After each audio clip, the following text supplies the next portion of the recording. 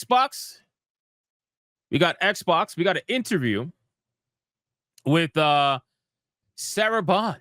You guys know who Sarah Bond is. I hope, anyway. I hope.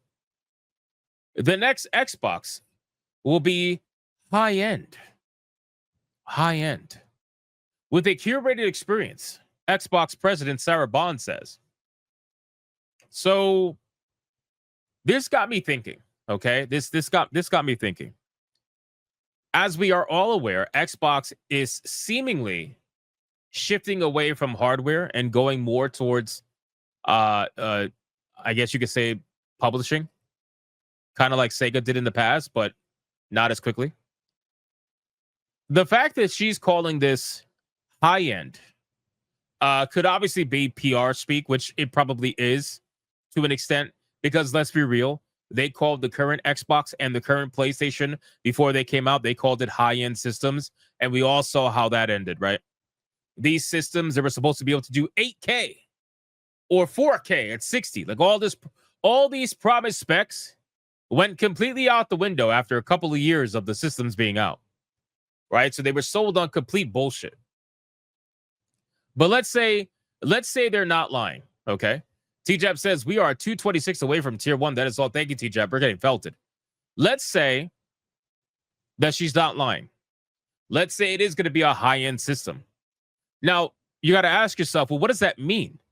Right? What the hell does that mean to be a premium console? Because you sound like Randy Pitchford right now. Premium console for premium gamers. That's what you sound like right now, right? So obviously we know that we have the ROG Ally X, right? The ROG Ally X is $1,000 fucking dollars. Okay. That's expensive in and of itself. So then you have to ask yourself and wonder, okay, well, if the next Xbox is going to be a premium console, are we talking about a console that's over $1,000? And I'm going to say yes. I'm going to say yes. I'm going to make the prediction that the next Xbox, and I don't think it's much of a prediction, to be honest with you. I think the next Xbox and the next PlayStation is going to be over $1,000. I think part of the reason why they ended up pushing $1,000 handheld, although supposedly it was Asus that did that and not Xbox, but I digress. I think that the next console is going to be over $1,000. And the reason why is because they have been raising the prices of everything. They raised the price of the old console to justify the price of the ROG Ally X. You guys notice how they raised the price of the older consoles before they announced the price of the ROG Ally X so that people would not get sticker shocked as much? Because think about how bad it would look if they released the ROG Ally X at $1,000 and your Xbox system was at like $400 or something like that. You know what I mean? Think about how bad that would look. Or if the Xbox Series X, what was the original price? Like 500, 550, whatever it was. Let me see. What was the original Xbox Series X price? Let me see. 500. It was 500 for the 1 terabyte model, $499.99. So imagine releasing a $1,000 handheld and your system is $499. People would be like, what the fuck? Right? But since they raised the price and they bumped it up, it made the sticker shock a little bit more easier to handle for a lot of people. I also think this is going to be a second tier to this, right? So they raised the price of the initial systems to justify the handheld. The handheld is going to be expensive to justify the new systems. Again, that's my opinion. Can't verify that. I'm just speaking my own personal thoughts. But I believe that the ROG Ally X is a means to justify the ends, where they are going to bump up the price of the next generation Xbox and PlayStation, because PlayStation is going to do the same thing. Well, they did do the same thing. PlayStation, all this stuff, they're going to be over $1,000. You might get lucky and maybe like the Series S version of the next system will be $999, right? It'll be right under $1,000. But if you want something equivalent to the Series X in the new system, I think it'll be over $1,000, me personally. Plus, you got to consider, the subscription. You got to pay for Game Pass. Well, you don't have to pay for Game Pass, but you get what I'm saying. Like, most people are probably going to pay for Game Pass. So that's another like $400 per year, 360. What was it? $360 per year. By the time the next Xbox comes out, Game Pass will be $500 a year. I'm telling you, man. I'm telling you. It is console gaming as we knew it is over. It's over, in my opinion. Console gaming as we knew it is over. And I understand some people love consoles. I get it. Totally get it. But I think it's over. I don't see how it goes past this very easily. Not to mention, Nintendo's doing this themselves as well for their own little group that they have. So let's read this really quick. Even with the Xbox Series X and S struggling in sales compared to PlayStation 5, it would be shocking if the next console from Microsoft were anything but a premium and high-end device. But Bond's comment about a curated experience should inspire speculation, as she didn't directly address murmurs of the next Xbox being PC-like. Executives on the Xbox team have previously stated that the company is focused on building dedicated devices with optimized gaming experiences, with the ROG Ally X being a big part of that initiative. The new handheld emphasizes the Xbox full-screen experience UI, which also allows users to access games from other PC storefronts, such as Steam. Bringing this interface and functionality to a console will mark a wholly different approach from the competition. Of course, based on what we see to the Xbox full-screen experience, the software needs a lot of work. GameSpot's impression of the ROG Ally X described the operating system as undoubtedly frustrating to use. Yeah, again, at this point, I know Valve is working on the next Steam Deck. Valve is also working on the next headset, VR headset. I hope that the next Steam Deck blows everything else out the water. I really do. And at a lower price, too, which it probably will be. It probably will be, in my opinion. But I really hope that happens, because so many Steam Decks have been sold. It's not even funny. And they do literally zero marketing. Let me see. How many Steam Decks have been sold? So as of early 2025, Steam Deck has reportedly sold between 4 to 6 million units globally, with some sources indicating a specific estimate of around 3.7 million units by the end of 24 and possibly over 4 million by the early 2025. So it's probably at 5 to 6 million units right now with zero marketing. Zero marketing. How many Switch 2s have been sold? Nintendo has sold a little over 6 million units of Switch 2s. So keep in mind, guys, the amount of time between the Switch being out and how many have been sold versus how long the Steam Deck's been out. The Steam Deck has had literally zero marketing and has still sold 5 to 6 million units, if not a little bit more. It's a pretty fucking good number. I would almost imagine it's going to sell more handhelds than Xbox will.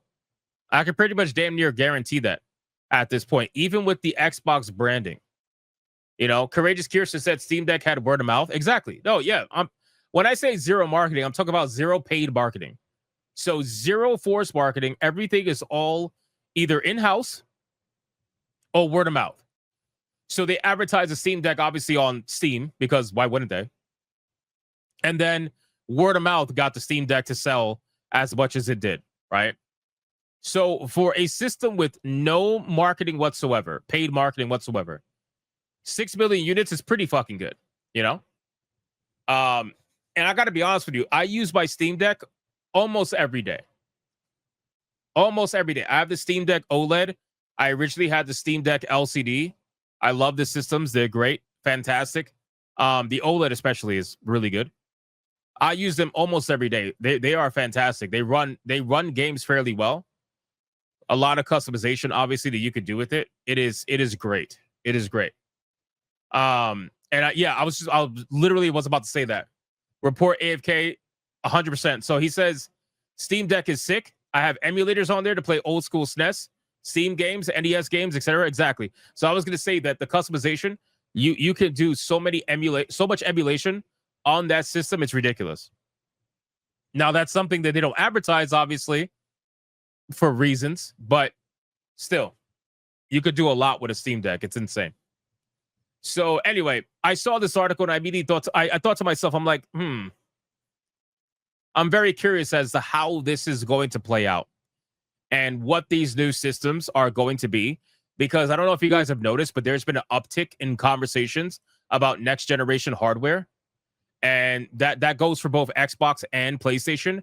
They're starting to make their moves.